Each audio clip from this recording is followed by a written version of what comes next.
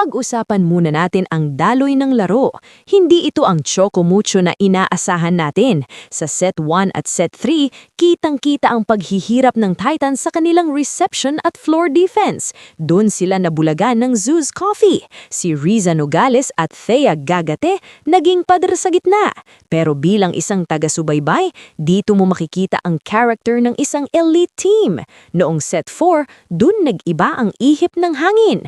Mula sa nakakahiyang 13-25 loss sa third set, bumawi sila ng 25-11. Ano ang nagbago? Simple lang, intensity. Mas naging agresibo si Coach Dante alinsunurin sa rotation. Ipinasok si Ea na nagbigay ng kailangang spark. Ang dating natutulog na opensa, biglang nagising. Ito ang tinatawag nating tactical reset. Binago nilang anggulo ng kanilang atake para hindi direkta sa blockers ng Zeus.